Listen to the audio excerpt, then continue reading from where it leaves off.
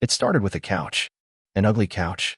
One of those lumpy, oversized sectional monsters that look like they were designed by someone who had only ever heard about furniture but never actually sat on it. It was beige. Not cream. Not sand. Beige, in that hopeless, soul-sucking tone that makes you feel like you're losing brain cells just by looking at it. It took up half the living room, and Samantha loved it. Said it was inviting. Like we were hosting a support group for overstuffed throw pillows. I hated that couch. Not in a throw-it-out-the-window kind of way, though I fantasized about that often, but in a quiet, slowly simmering way. The kind of hate that brews when you realize you've lost every interior design battle in your own home, and now you live in a Pottery Barn catalog curated by someone with an allergy to taste. Anyway, the couch is where it all began. Not in any poetic sense, either. I'm not a man prone to dramatics. I sell commercial roofing supplies. I go to work. I come home. I rotate the laundry the wrong way so she redoes it without asking. I'm not a complicated man. But that day, I still don't know why, I decided to clean under the couch. It wasn't a noble act. I wasn't trying to be helpful. If I'm being honest, I dropped the remote and got tired of fishing around for it like a raccoon in a vending machine. So I pulled the whole cushion off, grumbling to myself. And there it was. A piece of evidence so ridiculous, so wildly out of place, that I honestly laughed when I saw it. A rubber stamp. Just lying there, nestled in between some lint and what may or may not have been a petrified grape from 2021. One of those old-school stamps with a little wooden handle and red rubber letters on the bottom. It said, quite boldly, "Approved." Now, if you're thinking, Scott, maybe your wife's into crafts, let me stop you right there. Samantha doesn't do crafts. She considers glitter a biohazard and once called a glue stick pedestrian. I didn't even know we owned a stamp. And if we did, what exactly was she approving? Our taxes? The chicken she roasted last week? Our marriage?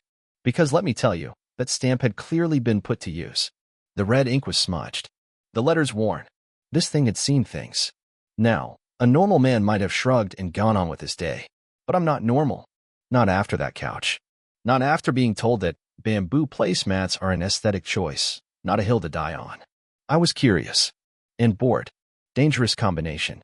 So I asked her, "Hey, babe," I said casually that evening, as she walked past me in one of those long, flowy cardigans that somehow gave off both chic and 8th grade choir teacher energy. "Any idea why there's a stamp that says approved under the couch?" She paused, just for a second. Then she smiled like I'd asked her if we still had Dijon mustard. "Oh, that?" Karen gave it to me. "For work. We were stamping invoices last month." "Ah, of course.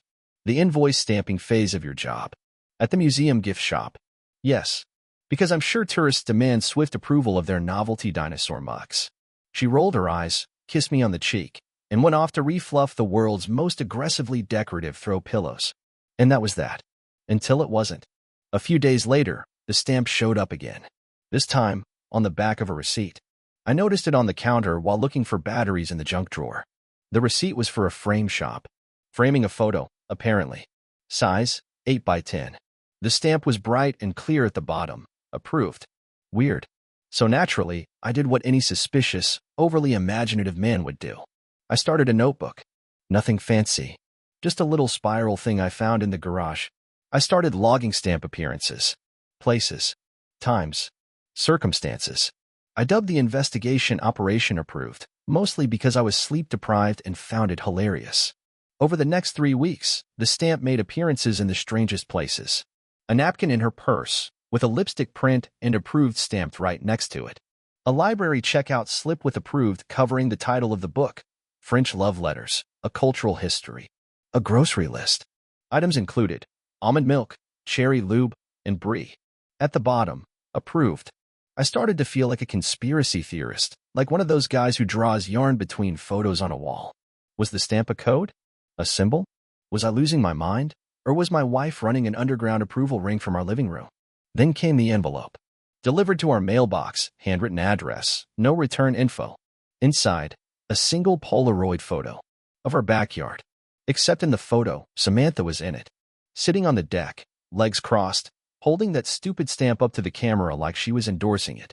And behind her, standing way too close and laughing, was Greg. Greg, our next-door neighbor. Homebrew enthusiast. Amateur banjo player. Owner of 4 pairs of cargo shorts in active rotation. Greg, whose biggest accomplishment in life was once smoking a brisket for 14 hours without falling asleep. Greg was also married. To Denise, a woman who makes deviled eggs so aggressively spicy, I once hallucinated an ex-girlfriend. Now, here's the kicker. The photo wasn't new. I know because of the planter boxes in the background. We got rid of them last fall. So whoever took it had been holding on to it, waiting, like it was some weird game of stamp-themed emotional chess. I stared at that photo for a long time. Not because I was heartbroken. Not yet. Honestly, I was still stuck on one question. Why the stamp? Why not just sneak around like a normal person? Why bring props? Why add branding? That night, I sat across from her at dinner. She was eating her salad like someone being paid to chew quietly. I sipped my iced tea and finally said, "So, tell me, was Greg's performance ever rejected?" She froze, fork midair. "Excuse me. I mean, with all the stamping going on, I just figured there had to be a grading scale. Does he get a sticker too? Or maybe a certificate of excellence?" Her eyes narrowed. "What are you talking about?" I pulled the photo from my pocket, slid it across the table. Samantha stared at it. And then as she laughed, not a nervous laugh, not a cackle, just this small, surprised chuckle like someone who'd been caught stealing cookies but couldn't be bothered to deny it. "Well," she said, tapping the photo with her perfectly manicured nail, "at least it's flattering." I nodded slowly. Flattering's a word. She looked up at me, still smiling. "So, what now?" And I said, "Now? Now we flip the page and see what else Operation Approved has to offer." She blinked. "You named it." I did. Thought it deserved a little drama. There was a long pause. And then she said, with the kind of casual detachment you'd use when discussing a TV show finale, "I guess I underestimated you." Most people do. I got up, grabbed my plate, and walked to the sink. The couch loomed behind me, smug and hideous. And for the first time in months, I smiled at it. I'm not a jealous guy. Mostly because I never had the energy for it. You have to care deeply and stay alert, and frankly, I'm more of a let's all sit down and think this through tomorrow type. That's probably why Samantha always won arguments. She brought PowerPoints to verbal disagreements. I brought snacks and an excuse to leave halfway through. So it wasn't jealousy. That's important to note. It was curiosity. The day after the photo, after she calmly gave me the equivalent of a customer service smile and continued on like I'd just shown her a coupon from 2017, I found myself rearranging our bookshelf. Again, not for drama. I wasn't staging some symbolic shift in the power dynamic of our home. I just wanted to find my copy of Home Wiring for Mildly Confident Morons. Samantha had reorganized the shelf 2 months ago, which is married speak for hid everything you actually use and replaced it with books she liked the covers of. I swear we own 3 different editions of Eat, Pray, Something, and not a single copy of the book I actually needed when our thermostat went rogue last winter. As I moved one of the newer, more fashionable hardcovers, which, I'm 90% sure, had never been opened, a small black notebook slipped from behind it and landed on my foot. It was thin, unmarked, and immediately suspicious because we don't do paper in this house. Samantha believes everything should be in the cloud, as if the cloud is a magical vault guarded by unicorns with NDAs. Naturally, I opened it. What I found was not a diary. That would have been too easy. No, this was a rating system.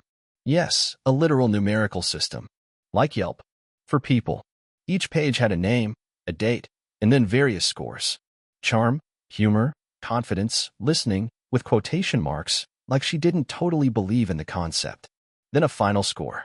The top of every page said Field Notes. And yes, Greg was in there. Greg. Date, January 22nd. Charm, 6. Humor, 4. Confidence, 7. Listening, 2. Final, 5.5. I wasn't even mad. I was confused. First, because I didn't know she had this level of structure in her free time.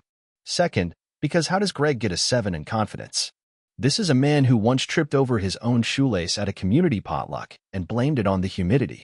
I flipped through more pages. A few names I recognized: Chad from her spin class, of course, Marcus from our tax guy's office, somehow less surprising than it should have been, and then Dennis? Dennis was our neighbor from 3 doors down. He wore socks with sandals and had a laugh like someone slapping a wet sponge against linoleum. His score? Dennis. Date, February 6th. Charm, 8. Humor, 9. Confidence, 5. Listening, 6. Final, 7.5. 7.5? At this point, I stopped being confused and started being impressed. This was dedication. She had built a structured, metric-based evaluation of human men in our neighborhood, and she wasn't even being subtle.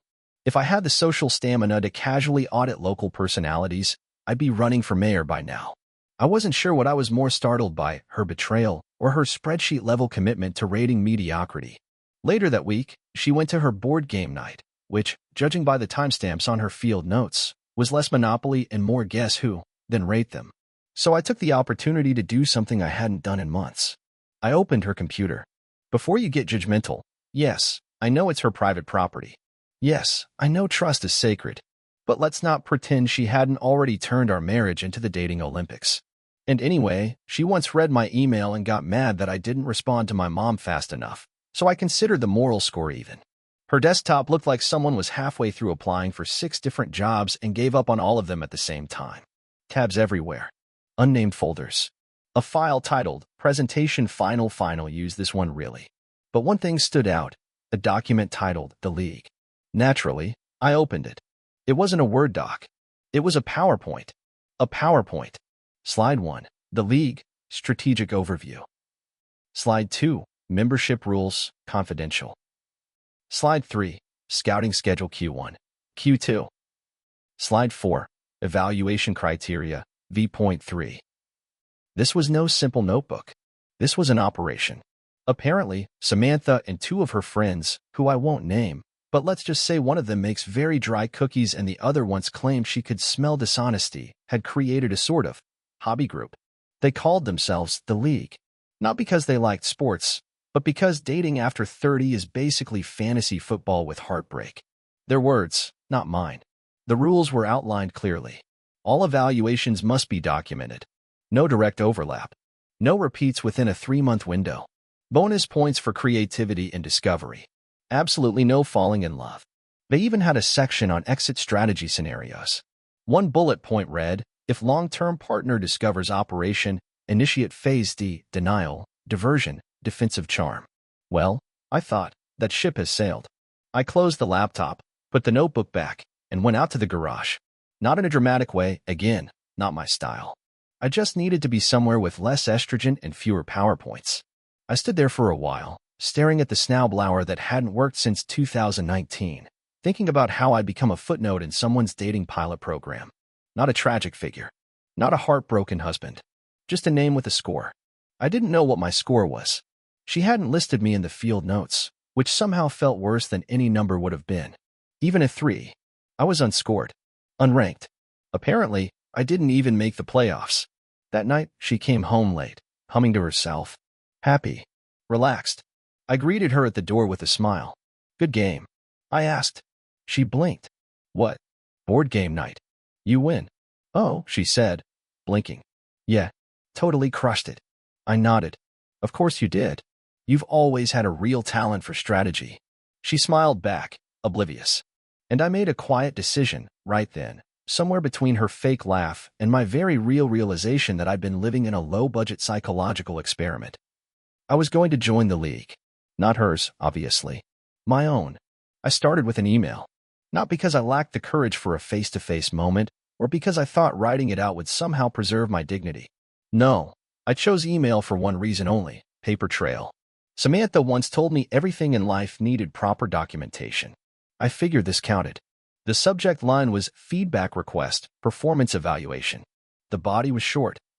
Dear Samantha, as part of a recent internal audit, I've come across a variety of metrics, rating systems, and cross-reference data points that suggest our marriage has been unofficially enrolled in a highly selective research project. I appreciate the rigor and documentation style. For transparency and mutual growth, I would like to schedule a review session to discuss my standing in the program, preferably sometime this week. Please advise. Warm regards. Scott. She didn't reply right away. Samantha isn't the type to respond quickly when cornered. She waits. She considers tone, phrasing, the optimal time for appearing unbothered. When she finally responded the next day, the subject line said, and the message just read, "What is this?" I replied with a time and a location, the living room. Thursday evening, 8 p.m. Sharp. When Thursday came, she entered the room like she was arriving for a mid-tier podcast interview. She had that I've got a script smile she wore during uncomfortable social events, the kind she used when someone brought up religion or gluten. "Is this one of your new passive-aggressive hobbies?" she asked, sitting down and immediately crossing her legs like she was on a panel. I had a manila folder in my lap. For no real reason except I thought it would make me look more prepared. Also, I didn't have a briefcase. "I'd call it more of a progress check," I said, opening the folder and pulling out exactly nothing because it was completely empty. I thought it was time we had a candid conversation about expectations, performance, and long-term potential. She narrowed her eyes. "What are you doing?" "Well," I said, flipping through the invisible contents, "after reviewing your league presentation, your field notes, and several data points collected through independent research, I realized we've been operating on different models." "You went through my stuff?" "I believe the term in your manual is creative discovery." She gave the smallest blink, the kind you'd miss if you weren't looking for it. But I was. "So what is this? Some kind of gotcha moment?" No. This is feedback. Constructive notes, based on observed behaviors and third-party sources. I even made a scorecard. Now that part was true. I had, in fact, created my own scorecard. Hers wasn't the only one with charts. Mine had color-coded bars, trend lines, even a radar graph. I showed her a copy, printed on premium paper just to make a point. "Here," I said, sliding it across the coffee table. "You're trending slightly downward in honesty and consideration, but still strong in charisma and sentence finishing. So overall, you're holding a B- average." She stared at it. Not the words, but the fact that it existed. "Scott," she said, very slowly, "are you having some kind of breakdown?" "On the contrary," I said, "I'm having a breakthrough. See, you built an entire extracurricular system around evaluating men like you were casting a community theater version of The Bachelor. That was your process. Very organized, what's the word, collaborative. Now, I've taken a similar approach. I just think we should align on whether or not this partnership is scalable." "I'm not doing this," she muttered, pushing the paper away. "You already did," I said. "Several times. With Greg. And Chad. And Marcus. And that deeply confusing chapter with Dennis." Her jaw twitched. "You're being dramatic. Dennis owns a Velcro wallet, Samantha." She stood up then. "So what? You found my notes, you got your little feelings hurt, and now you're trying to what? Get even?" "No. Getting even sounds exhausting. I'm just laying out the facts. You created a ranking system. I responded in kind. You tracked data. I conducted a peer review. That's not vengeance. That's peer accountability. This is ridiculous." "What part, specifically? The part where I was left off the scorecard entirely? Or the part where my marriage turned out to be a group project I wasn't invited to?" Samantha didn't answer. She stared at me the way someone might stare at a coffee machine that just dispensed lemonade.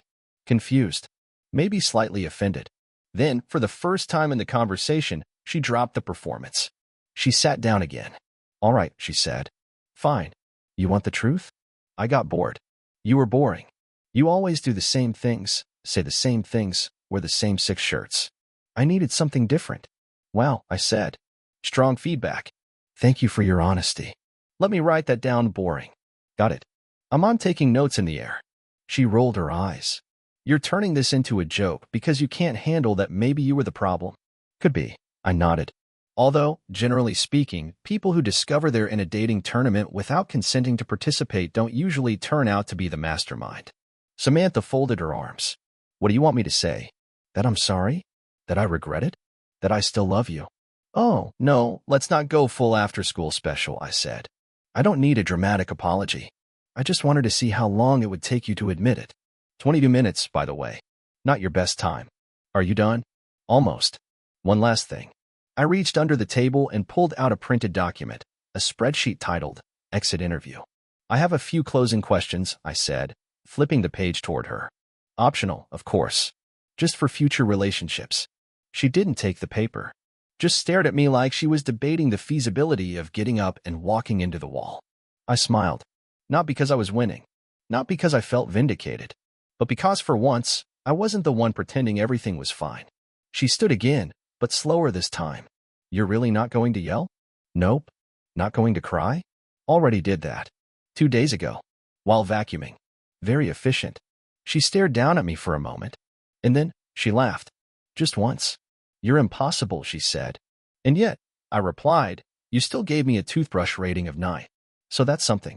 She didn't say goodbye. She walked out of the room, quiet. Not stomping. Not slamming anything. Just walking. And I sat there, alone, with my folder of fake notes, a spreadsheet no one would ever fill out, and the strangest sensation of all. I didn't feel like a victim. I felt like a man who just shut down a performance review meeting and realized he didn't need to reapply. I didn't key her car. I didn't change the locks or throw her stuff on the lawn.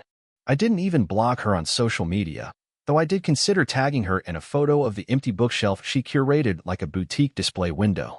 No, revenge isn't about chaos. That's for amateurs. I wanted clarity. Clarity with a side of inconvenience. That's the proper way to respond when your wife runs a neighborhood dating experiment and forgets to disclose the terms and conditions to her husband. The plan came together during a mandatory safety meeting at work. We were shown a 15-minute video about ladder safety narrated by a guy who blinked like he owed someone money. During that thrilling presentation, I had a spreadsheet open behind the PowerPoint slides, pretending to take notes. That's when I realized revenge didn't need to be dramatic. It just needed to be annoyingly administrative. Step 1 was informational sabotage. Samantha prided herself on being digitally streamlined, which meant everything in her life was controlled by apps, schedules, bills, reminders, and even her dry cleaning. She once described our marriage as efficient, which might have been romantic if she hadn't said it while installing a smart thermostat. So I made some gentle adjustments. I started with her calendar. You wouldn't think moving someone's reminders would do much damage, but when you rely on technology the way she does, shifting her dentist appointment by 4 days and renaming it Tooth Reckoning causes ripple effects. I watched her spiral over a missed Pilates class like someone had revoked her citizenship. Next came the Wi-Fi. I didn't change the password. Too obvious. Instead, I changed the network name to Greg's Place. Then I set the router to reboot itself every day at 8:17 p.m., right in the middle of whatever she was streaming or virtual journaling. She restarted her laptop 7 times before calling the service provider, who had the nerve to tell her everything looked fine on their end. It was. Then came the bookmarks. Samantha used one browser for everything: shopping, emails, side projects I wasn't supposed to ask about, and had every important tab saved as a favorite. I didn't delete them. That would have triggered a full investigation. Instead, I replaced the URLs with links to outdated MySpace pages, obscure weather stations in the Midwest, and the Wikipedia entry for medieval accounting. The final straw, apparently, was the Bluetooth speaker. One afternoon while she was in a Zoom call with her league friends, I recognized their voices by the way they said, "Ugh," at the start of every sentence. I connected to the speaker from the garage and played a looped sound file of me reading from our HOA handbook. Section 4.3, I droned, all trash bins must be removed from the curb within 24 hours of pickup to maintain neighborhood aesthetic integrity. The call dropped. Her expression didn't change, but I noticed she blinked 7 times in a row, which was basically a panic attack in Samantha language. Now, at this point, you might be thinking, Scott, aren't you just being petty? To which I say, yes, very precisely petty. This wasn't revenge meant to destroy. It was revenge meant to nudge. Like replacing all your pens with slightly shorter pens, or slowly adjusting your car seat 1 click forward every day until you feel like you've grown taller. It's the kind of thing that makes you question your sanity while you're microwaving quinoa. But petty alone wasn't enough. Samantha needed to understand what it was like to be evaluated. Not punished. Not berated. Just reviewed. So I made a survey. I created a basic online form titled Relationship Collaboration Feedback Form.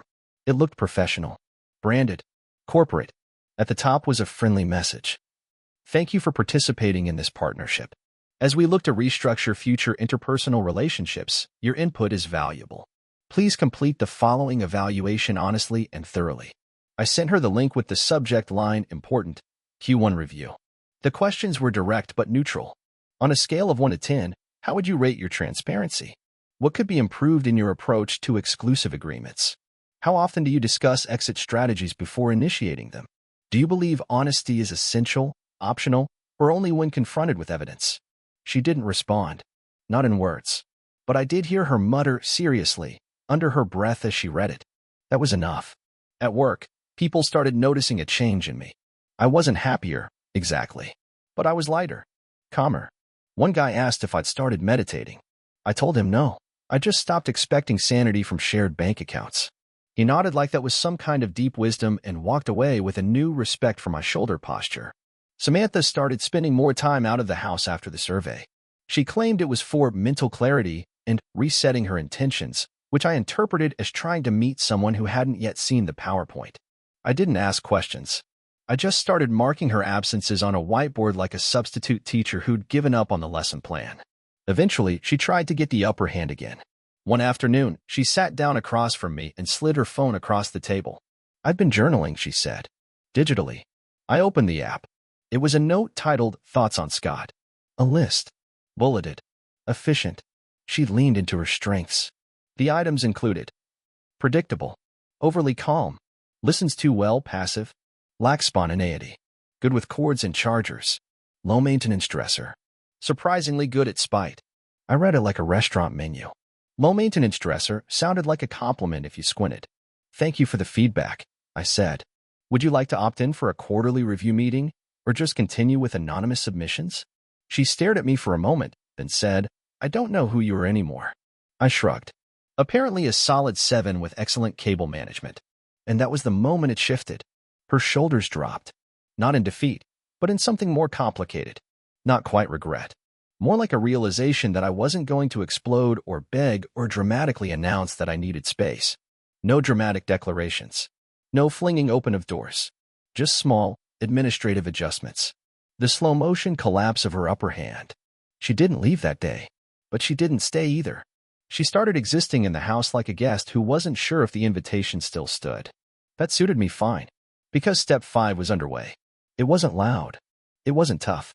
It involved a clipboard, a few quiet phone calls, and one very well-worded email to a shared contact list. I booked the appointment for Tuesday afternoon at 4 p.m. The calendar invite was titled, Final Internal Strategy Meeting, Attendees. 2. I didn't expect her to accept it. She did. Within minutes. Which meant one of two things. Either she was curious, or she was tired of trying to read my mind and just wanted to get to the end like everyone else who skips to the last episode of a slow show. The living room was arranged the same as always, except for one notable change, a foldable card table I had borrowed from my neighbor Craig, not to be confused with Greg, who was still maintaining a safe distance ever since I left a note in his mailbox that simply said, FYI. I know, in Comic Sans. The card table held 2 chairs, 2 pens, and a printed handout that said Path Forward, Options and Outcomes. Samantha walked in wearing the same outfit she'd worn to her cousin's baby naming event last year. It was oddly formal for a Tuesday, and I took it as a sign she was entering the meeting in public-facing mode, which meant she'd already rehearsed several lines that would sound great if quoted by a therapist or the ghost of Breen Brown. She sat across from me with the kind of posture you only see during job interviews and board reviews. "So," she said, tapping her fingers lightly on the table, "you've scheduled our breakup like it's a tax audit." I nodded. I figured since our relationship has been operating as an unregistered nonprofit with questionable practices, an audit seemed fitting. She gave a small laugh. Not warm, but not tough either. Just functional. Like the way she used to laugh at community theater shows when someone forgot their lines. I handed her the packet. It had 2 sections, Option A and Option B. Option A was called Separate Lives, Standard Transition. Option B was titled Continued Partnership, Reboot with Oversight. Her eyebrows lifted. "Did you actually prepare exit strategies?" "Yes. I used the same template you and your friends used in the league's Phase D contingency plan." She didn't deny knowing what that was. She just flipped the pages and scanned the details. "What's the difference between Option A and Option B?" "In Option A, we divide everything fairly, quietly, and with minimal courtroom theater. You take the Lexus, I keep the Honda. You keep the bookshelf. I get my dignity." Option B involves couples therapy, shared transparency, and a monthly honesty checkpoint that includes mutual access to calendars and digital correspondence. She stared at me. "You're serious?" As a spreadsheet at a team meeting. Her eyes dropped back to the paper. She didn't speak for a while. When she finally did, her voice had shifted. "No more punchlines. Do you really think either of these will fix it?" "I don't think anything gets fixed. I think things get repackaged. Less chaos, fewer surprises. Like moving breakables into bubble wrap so you can decide later whether to store or donate." She folded her hands in front of her. And you'd really consider staying married to someone who did what I did? I leaned back in my chair and looked at her. Not the version of her I used to project onto her, but the one sitting right there, tired, smart, over it in a way that was probably mutual. I don't think staying is the brave choice. I think knowing when it stopped being a marriage and turned into a weird subscription service is the important part. So option A. Yes. She leaned forward. Then why go through the pageantry? Because I wanted to know if you'd pretend to want option B just to feel better about choosing option A. She looked at me like she wanted to throw something, but only metaphorically, because she's the kind of person who would hate the sound of breaking anything that came from a set. Then she did the thing I didn't expect. She took out a pen and circled option A. No flourish. No announcement. Just a circle. That easy? I asked. No, she said. But the last 3 months have made it clear I don't have a good argument for option B that doesn't sound like I'm trying to rebrand loyalty as personal growth. I gave her a small nod. Appreciate the honesty. Just 10 weeks late. She glanced at the walls like she was trying to remember when we stopped decorating. Then her eyes landed back on me. Can I ask you something? Sure. If I had come clean on my own, without the notebook, without the PowerPoint, without you reverse engineering our entire digital footprint, would it have made a difference? Depends. Would it have been before or after the third Greg evaluation? She gave a wince that I'd seen maybe twice in my life. It was usually reserved for when someone brought store-bought coleslaw to a family picnic. I closed the folder. Look, Samantha, I'm not mad anymore. I'm not even shocked. At this point, I just want to get back to being a person instead of a reluctant character in your pilot season. That's fair. There wasn't much left to say after that. We outlined the basics. She'd stay at her sister's until the paperwork went through. We'd sell the house. I'd keep the garage tools. She'd take the espresso machine. She even offered to delete the league files. I told her to save them. They might be useful for her next venture, assuming she learns how to get better consent forms. On her way out, she paused at the door. You're going to make someone very confused someday, you know. I plan on it. She left. No dramatic close of the door. No lingering glance. Just a quiet end to a very specific kind of chaos. I sat at the card table for a while, staring at the empty chair. Then I reached over, grabbed both pens, and placed them neatly back in the drawer with the labels. Tomorrow, I'd open a new calendar. Not because I needed to move on in some grand, inspirational way. Just because Wednesday still needed a to-do list. The first thing I bought after Samantha left was a filing cabinet. Not a symbolic one or some trendy retro thing that made me look like a detective in a noir film. Just a simple, 4-drawer, off-white metal box that locked with a key and rattled slightly when you closed it too hard. That's what freedom looked like to me. Organized paperwork and a drawer that didn't judge me for alphabetizing receipts from 2016. I didn't go on a trip. I didn't sign up for a woodworking class or dye my hair something bold to rediscover myself. I just started small. Got a new email address. Not because I wanted a clean slate, but because the old one had the word us in it. And that felt unnecessarily collaborative for a man now living alone with very clear boundaries and a coffee table that didn't double as a staging ground for emotionally loaded group chats. People kept asking me how I was doing.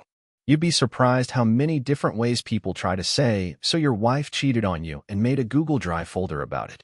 My favorite version came from my coworker Randy, who leaned against the vending machine one afternoon and said, "You good, man," with the kind of intensity usually reserved for people who've just returned from a survival reality show.